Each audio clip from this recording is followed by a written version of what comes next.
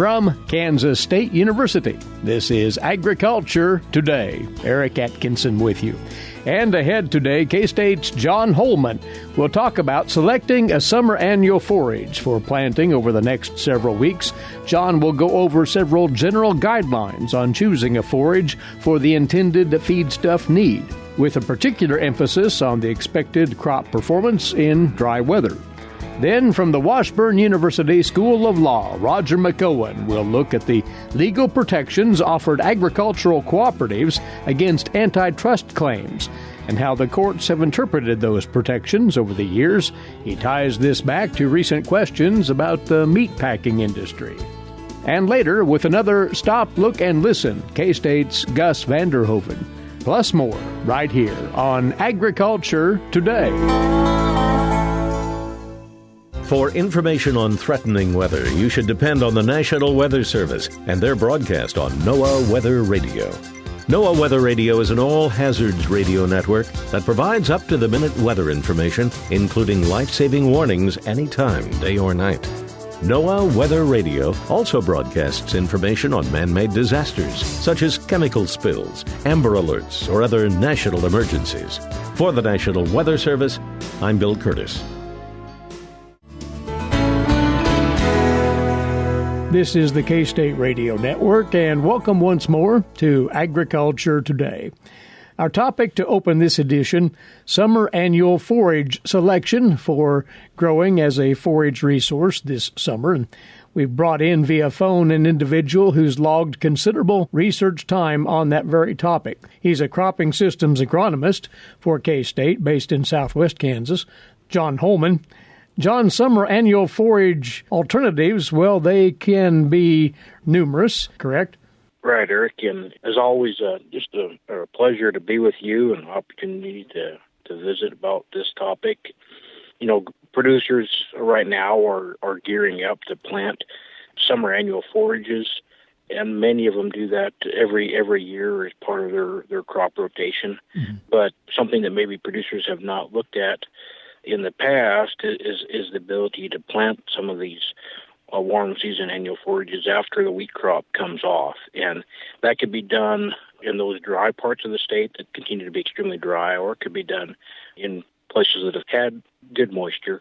And so they can look at diversifying their operation a little bit more to include that.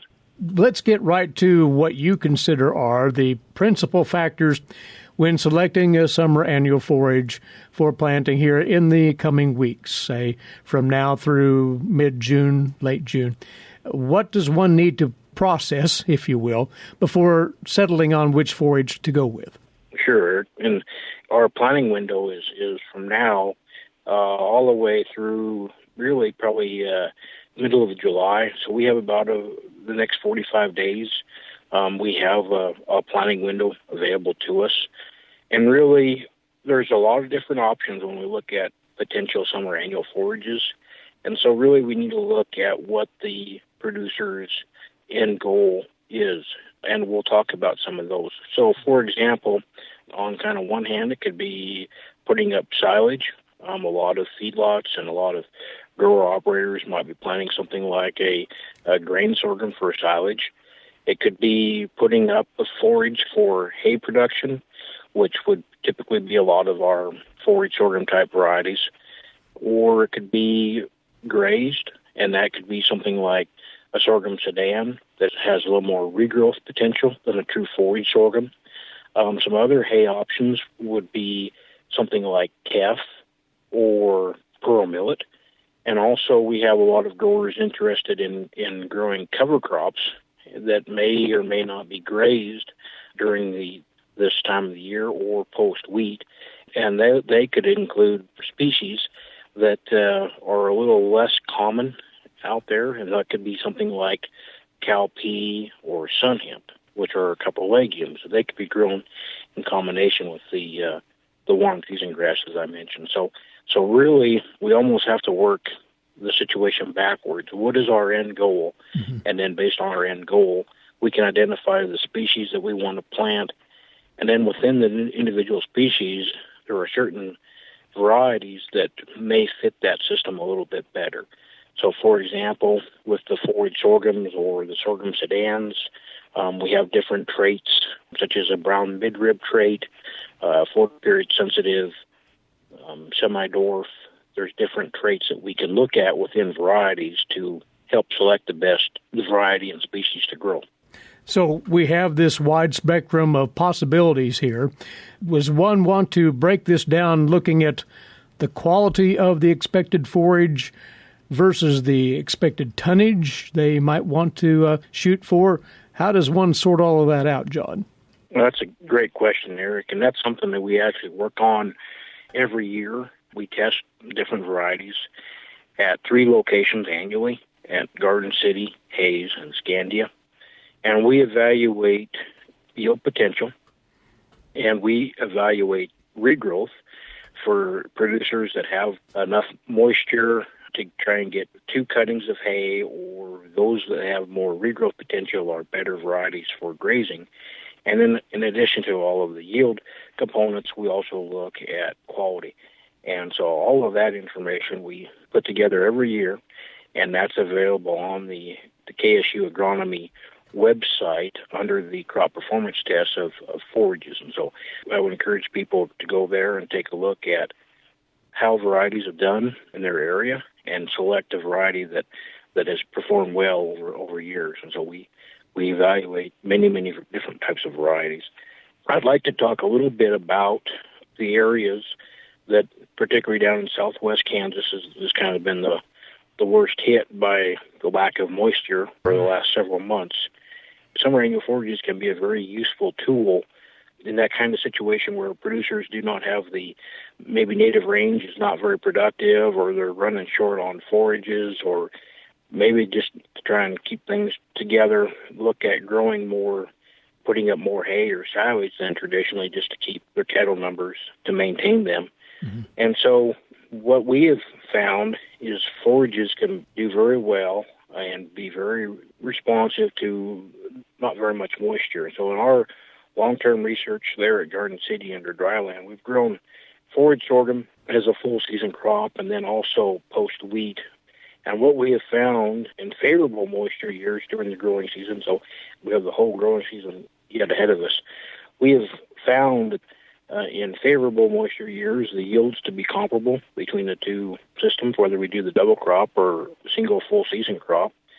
And then over historical long-term, about 10 years of data, we have found that the double crop will yield about 60% of the full season crop. So we do have an opportunity ahead of us for those producers to consider as an option to try and grow some forage and help out their situation. Those percentage figures that you just cited from your research there, do they apply as well to other forage types beyond forage sorghum? Could we expect a similar output from those? Yes, we can. When we think about the difference in drought tolerance of different species, forage sorghum, sorghum sedan, and millet are all what we would consider extremely drought tolerant.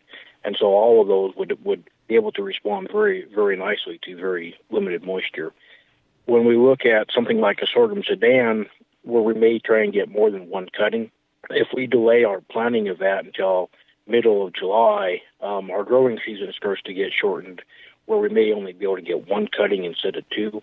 And so if we delay our planting until the middle of July, we may not get the advantage of that regrowth potential in the sorghum sedan, but yet its one-time cutting can oftentimes be comparable to a forage sorghum, which doesn't have the regrowth potential. So the sorghum sedan or true sedan, really where that thing shines or can be a nice fit in the system, is where we have a little bit longer growing season to work with and where we can get more than 1 hay cutting or be grazing throughout the growing season. Well, as with any other field crop, John, stand establishment is key to success. So is there a stock formula for achieving that as we look at planting over the next few weeks? Right. I mean, with these crops, unlike our grain crops where we oftentimes plant, where we establish plants per acre, with these forage crops, we still tend to think more in terms of pounds per acre, or at least that's where a lot of our recommendations are still derived from. And we can adjust that seeding rate based on the conditions present to the grower. So, for example, if we're under an irrigated type situation, we might plant the forage sorghum at 20 pounds per acre. But if we're in a dryland situation, we would plant less. And as we look across the whole state, that's going to vary also. But if we look at eastern Kansas dryland, that could also be 20 pounds per acre. And if we look at dryland in the western half of the state, that would be closer to 12 to 15 pounds per acre.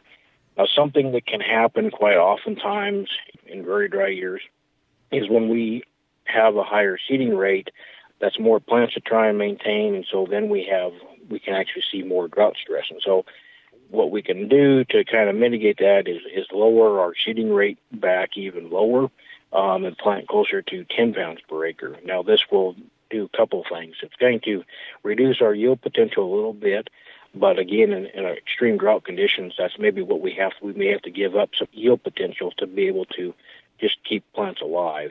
The other thing that when we back off our seeding rate to that lower end is we do get larger stalk diameter, and that larger stalk diameter is less palatable if it's fed free choice to the animal, whether it be a graze situation or fed free choice as a hay situation. But, if that is ground and fed as a total mixed ration, then that we can overcome that palatability issue and still get some productivity. And we're talking, the kind of extreme drought case.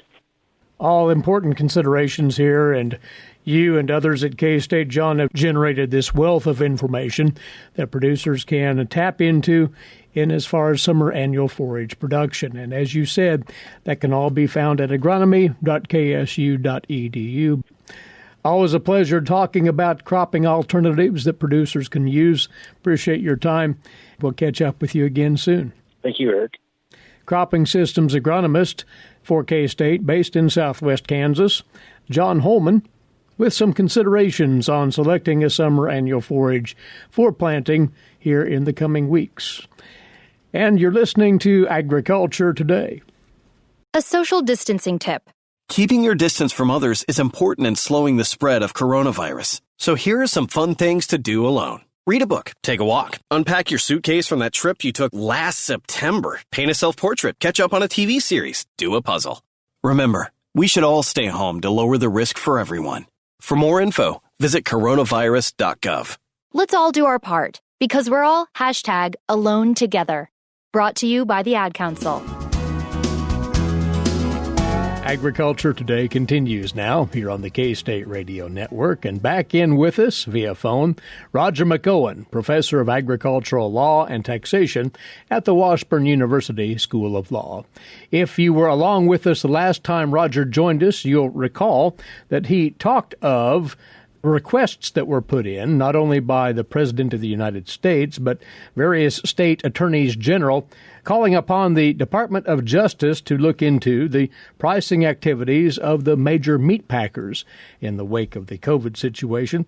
Well, Roger, you want to take this one further today because the question comes up, can agricultural producers vertically integrate? Can they invest and develop their own processing and stay in good stead with antitrust laws? And we have to go back some ways to the origins of those laws, don't we? We sure do. We have to go back to 1922 and the congressional hearings leading up to 1922 and the Capper-Volstead Act, which was enacted at that time. And really this came out of what is much like what's happening today. You've got, at that point in time, agricultural producers that were selling into highly concentrated markets, buying products, their inputs from concentrated markets. And so we're really dealing with the same problem today. But back then, there were questions raised by producers and politicians concerning whether producers could take collective action to enhance the market for their products. Now, and out of that came the Capper-Volstead Act in 1922. And what did that act say? What did it provide for specifically? In essence, it's an amendment in really material aspects to the existing antitrust laws at that time.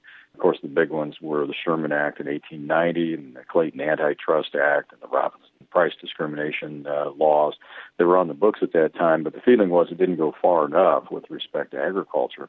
And so the National Board of Farm Organizations did adopt a resolution in 1917 that urged the Congress to amend those antitrust laws to clearly permit farm organizations to make collective sales of farm, ranch, and dairy products. And that's what started the discussion that became ultimately the Capper-Volstead Act of 1922.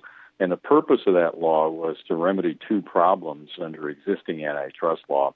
And that was to provide an exemption for ag organizations, ag businesses from the application of the Sherman and Clayton antitrust laws and get beyond the limitation that was in place at that time, which limited the exemption from antitrust laws to organizations that did not have capital stock, and make the exemption from antitrust laws specific to cooperative marketing activities. And so that's really the two aspects of the Capper-Volstead Act in 1922. But there are provisions here, and among them, agricultural producers must be tangibly involved in that cooperative to avoid antitrust issues, right? Yeah, they have to be engaged, as the law says, in the production of ag products as farmers, planters, ranchmen, dairymen, nut or fruiter growers, to be able to act together as a cooperative. And it doesn't matter whether their organization has or has not any capital stock, and that's how they changed that one restriction on the exemption under the existing antitrust laws at that point in time. And so the exemption extends to capital stock ag co-ops comprised of agricultural producers, but they have to be agricultural producers, and the co-op has to be operated for the mutual benefit of those members, and there are certain voting restrictions that apply too. So it really opened up the possibility of farmers to organize in the cooperative form to get a stronger hold on the market for purposes of enhancing prices for their product. But as this has evolved over the years, it's become apparent that there are certain things that the agricultural co-ops can and cannot do to, again, avoid antitrust concerns. And you might walk through some of those with us. Yeah, there was an important U.S. Supreme Court decision back in 1967 dealing with how extensive the exemption from antitrust laws were for farmers that organize together as an agricultural co-op. And the court clarified the two requirements that have to be satisfied to be able to be shielded by Capper-Volstead from antitrust liability. The co-op has to be, first of all, involved in the processing, preparing for market, handling, or marketing of ag products for its members. And so in that Supreme Court case in 1967, the court said, well, that exemption does not apply to the activities of firms or persons that operate packing houses. So a packing house is not engaged in the processing, preparing for market, handling, or marketing of ag products of its members, which are producers. You're too far up the production chain, the court reasoned in that one, to be able to organize in the cooperative form. Secondly, the organization has to be composed of members that are producers of ag products or cooperatives composed of such producers. That's why in that 67 case, a packing house couldn't avail itself of the exemption because its membership was not producers of ag products. Now, you could have producers that would organize, for example, could be a meat packer, but that one at that point in time was not organized properly. So those are the two carve-out exemptions. There was another important, a couple of important federal cases in 1996 and 2009 having to do with the production aspect of that and control over the organization and what degree. And really those cases go to what the definition of a member is for purposes of Capper-Volstead. And as we look on down the line here, by the way, this is all captured in an article on your blog in good detail, but cooperatives cannot enter into what might be described as coercive marketing actions or business actions and still retain this exemption from antitrust laws. Right. The Capper-Volstead Act does not protect a co-op that unduly enhances the prices of agricultural products. So the word unduly is the key word there. And particularly that's the case if price enhancement is the result of production limitations. So the Act allows ag producers to act together to process or prepare for market or handle and market an ag product after it's been planted and harvested, but it does not apply to production limitations or acreage limitations or collusive crop planting. And there have been, of course, a number of cases over the years with respect to that particular issue and the extent of the exemption from antitrust law. So there are some things you can do, there are some things you cannot do and have antitrust protection. And we're getting into the finer points here, but a cooperative, as your article reads, may lose that exemption status if they conspire or combine with persons who are not producers of agricultural products. So once more, the agricultural producer requirement here is pretty steadfast. Yeah, that is the key requirement. Plus, again, there are other sub-issues that are in there with respect to percentage ownership and those types of things. But what you can do, in essence, is act together in the manner in which you process your products or prepare them for market or handle or market them after it's been planted or harvested, but you can't have production limitations set by the cooperative or acreage limitations or what the courts call collusive manner in which you would plan your crops and what the crops you're going to plant and those types of things. So there's a line that's drawn. The courts have fleshed out where that line's at, but the Capper-Volstead Act is a measure that can give, structured properly, an agricultural co-op and its members, the members of the co-op, more market power and more leverage in the market, which is largely tilted against them because of the high levels of concentration, and hence that's why we have this call for various state attorney generals to look into what's going on. We should mention before we part this that there are a number of other laws that have come down the pipe limiting the immunity for agricultural co-ops, immunity from antitrust concerns, and those get into very specific matters of interest. Yeah, there are basically four of them: the Co-op Marketing Act, the Robinson-Patman Act, the Ag Marketing Agreement Act, and the Ag Fair Practices Act. Those are all other types of laws that grant limited immunity to ag co-ops from antitrust laws. And so they all probably should be examined by persons that are interested in forming a co-op, but those are some other more minor provisions in the Capper-Volstead Act. Capper-Volstead Act is the big one that's out there, and you have these other four that kind of supplement it. Obviously, though, as there is a great deal of legal interpretation in all of this, one would need to, or a group would need to think about how to organize such a cooperative very rigorously and get good legal counsel, clearly, before they move forward with this idea. Yeah, that's a definite must. But overcoming the obstacles to forming this type of a marketing organization and these alliances, I think they're highlighted now in terms of what's been going on the past couple of months. And so if there's ever been a time to look into forming one of these co-ops, this might be the time. Well, this is a great read on the topic that Roger has posted on his blog, dated Tuesday, May the 12th, Concentrated Ag Markets, Possible Producer Response, and it gets into much greater detail, and as far as the Capper-Volstead Act, how it applies to agricultural cooperatives and allows some latitude in how those cooperatives can operate vis-a-vis the antitrust laws in place. That's at washburnlaw.edu/WALTR. Roger, thanks as always. 2 weeks from now, we'll catch up with you once again. Appreciate your time. Thank you, Eric. He's a professor of agricultural law and taxation at the Washburn University School of Law, Roger McEowen, who's along with us every other Wednesday. And now we'll stand aside for a few moments. When we return, today's agricultural news headlines and more right here on Agriculture Today. Agriculture and food systems are the main drivers of the Kansas economy, but must be improved in order to feed the world's growing population. How are we going to do so? Reduce food loss, find ways to preserve grasslands, and help families stretch their dollars. Global food systems is one of the 5 grand challenges K-State Research and Extension is addressing. To learn more, visit www.ksre.ksu.edu. You're listening to the K-State Radio Network and Agriculture Today. Eric Atkinson with you. And now for you today's agricultural news headlines. The weekly crop progress and condition report from the USDA was pushed back a day because of the Memorial Day holiday. And for Kansas, For the week ending this past Sunday, topsoil moisture supplies at 18% surplus, 59% adequate, and 23% short to very short, while subsoil moisture at 10% surplus, 66% adequate, and 24% short to very short. The condition of the Kansas winter wheat crop, 40% good to excellent this week, 36% fair, and 24% poor to very poor.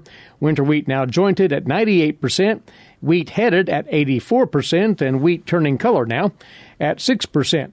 The condition of the Kansas corn crop, the first condition analysis for the season, 63% good to excellent, 30% fair, 7% poor to very poor. Corn planting now 87% done, and emergence is at 60%. Soybean planting well ahead of the average for the date, now 52% in. The usual pace is 31%. Emergence, 29%. That's also ahead of the 16% average. Sorghum planted at 15%, ahead of the 9% average. Cotton planting, 53%, well ahead of the 21% average. And range and pasture conditions in Kansas this week are rated at 56% good to excellent, 33% fair, and 11% poor to very poor. For a look now at crop conditions on the national scene, here's the USDA's Stephanie Ho. USDA meteorologist Brad Rippey says corn crop progress shows what he calls a tale of two Midwests. The western production areas seeing pretty open weather, and obviously we've seen the rapid planting progress there. But in the eastern Corn Belt, we've been plagued by wet weather, especially in recent weeks. He has the numbers. National progress, 88% of the corn planted by May 24th. That is ahead of the 5-year average of 82% and well ahead of last year's 55%. He says planting ground to a halt in many areas. Particularly from the central Corn Belt eastward, only 8% of the corn was planted during the week ending May 24th. Meanwhile, he has the season's first look at corn condition. All in all, a pretty good start heading out this year despite the wet weather in some areas and the mid-May freezes. 70% of the U.S. corn crop rated good to excellent, just 5% very poor to poor. Rippey has the latest on the nation's soybean crop progress. We saw slow progress in overall planting, but progress did inch forward to 65% complete, which he says came on top of rapid progress in previous weeks. That remains ahead of the 5-year average, which is 55%, and far ahead of last year's flood-soaked planting season, which saw soybean planting progress just 26% complete on this date of May 24th. He notes a slowdown in planting progress. It's only 6% of the acreage planted during the last week in Illinois and Iowa. There's still a long way to go in some of the eastern and southern production areas, which have been wetter. Meanwhile, he notes a big jump in soybean emergence. 18% was the soybean emergence number a week ago. It nearly doubled to 35%, and that is ahead of the 5-year average of 27% and well ahead of last year's 9% emerged. For the nation's winter wheat crop. Condition ticking just upward a little bit over the last week. Now 54% good to excellent, up from 52% a week ago. No change in the very poor to poor rating, steady at 16%. He says climate conditions have had an impact. But this year's crop, which has been hit in some areas by drought as well as freezes back in mid-April, showing a condition that's lower than last year's crop, which was rated 61% good to excellent and just 9% very poor to poor. Meanwhile, with winter wheat heading, we continue to see progress a bit behind schedule in terms of heading. 68% of the U.S. winter wheat headed by May 24th, behind the 5-year average of 72%, but ahead of last year's 63%. This is Stephanie Ho for the U.S. Department of Agriculture in Washington, D.C. And, wheat producers, we do hope you can join us this evening and tomorrow evening for K-State's first ever live virtual wheat field day. It'll be live on YouTube starting at 7 o'clock both evenings. With more details, here's K-State wheat production specialist Romulo Lolato. The specialists will be presenting what they have been up to, and growers will have the chance to ask questions, right? So in the first day, I will be talking about variety selection. Eric DeWolf is going to give an update as well on the disease conditions around the state.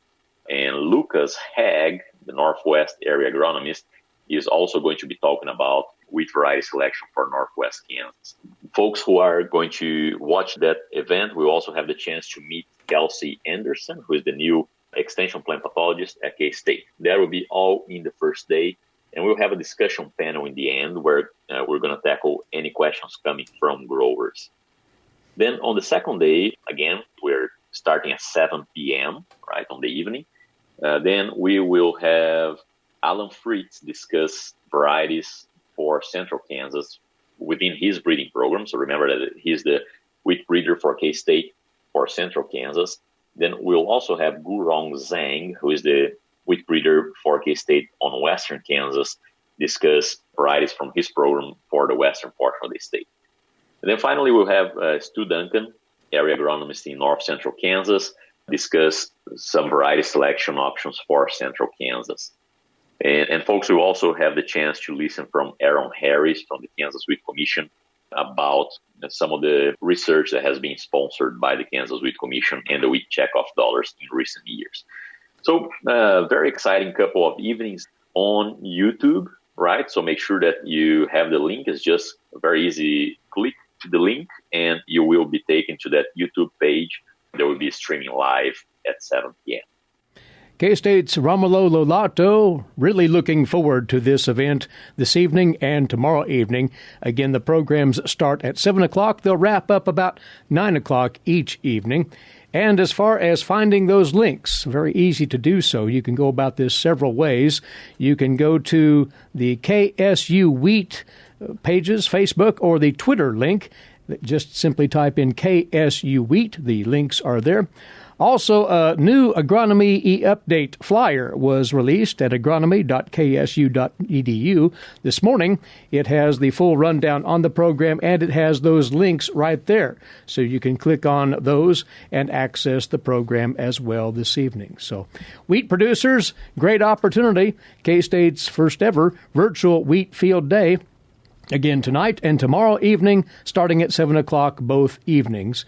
We hope to have you on board for this program this evening and tomorrow evening. And you're tuned to Agriculture Today.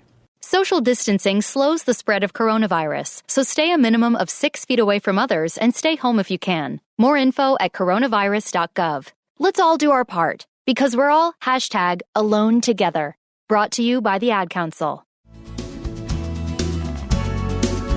This is Agriculture Today.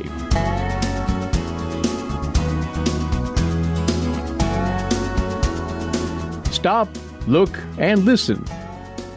It looked like the purple was shimmering, on fire. That's Gus Vander Hoeven of Kansas State University, with comment on life in rural Kansas.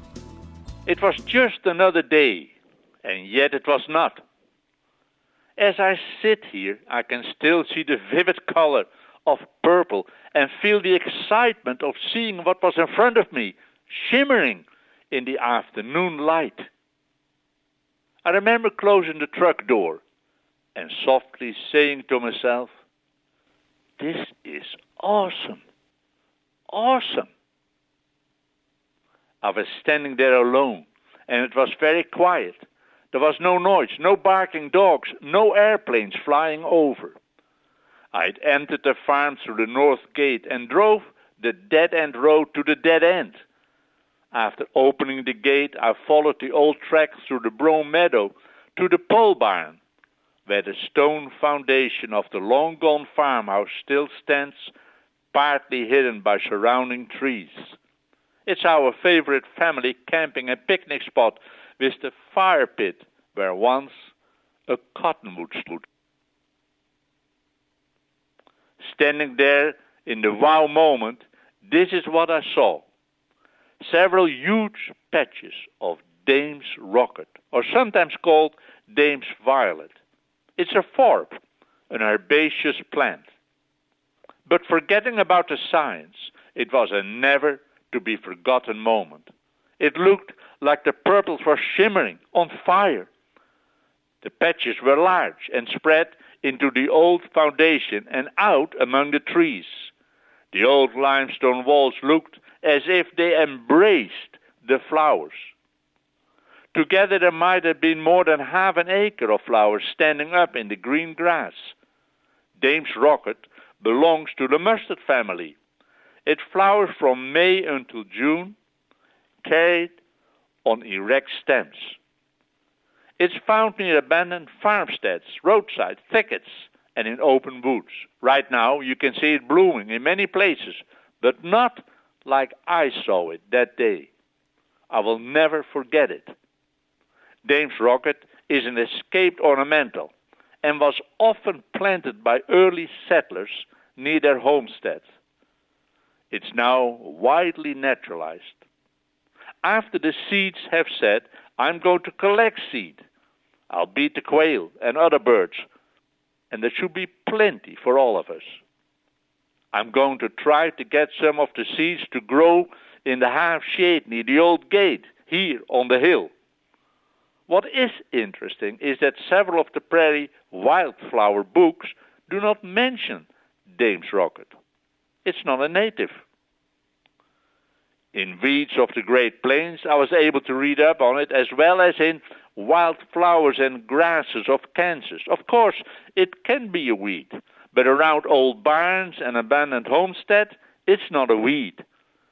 It's a silent memory, just like the patches of the old daylilies are. I can tell you this, it was the memory of all the people before me I thought of when I stood on the silent spot on our farm. After a while, I set out what I had come for. I took a swig of water and grabbed my walking stick and set off to climb the hills to see how the grass was doing and the grazing cows. I crossed the head of the creek easily where I had built the fence across. Last year, with the heavy rains, that short section had been ripped loose at one end and had become partly buried under sticks and branches. It was a mess. It took me a while to straighten it out and close the water gap again. This year, it hung nice and clear. I expect Guido, my son, who walked the fence line with his wife, had checked on it. I followed the cattle trail, winding up the hill. I wondered how many antlers might be laying there among the shrubs and singing the trees below me, great deer habitat. When I reached the top, I didn't see any cows. I could look the full circle around me. Beautiful. Cattle had grazed it well and evenly. With patch burning, you expect cattle to graze the burned 1/3 pretty hard. My question was, how hard should they graze it?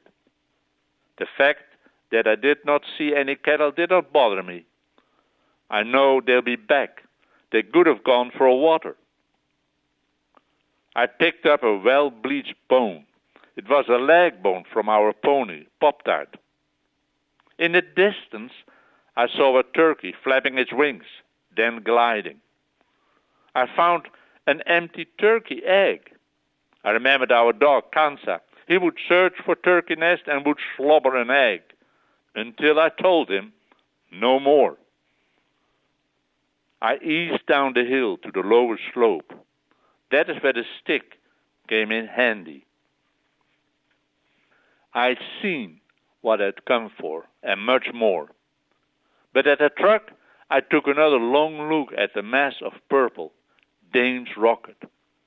I knew they would stand there for a while yet. I turned the truck and drove out. I closed the gate and put the no hunting sign back up.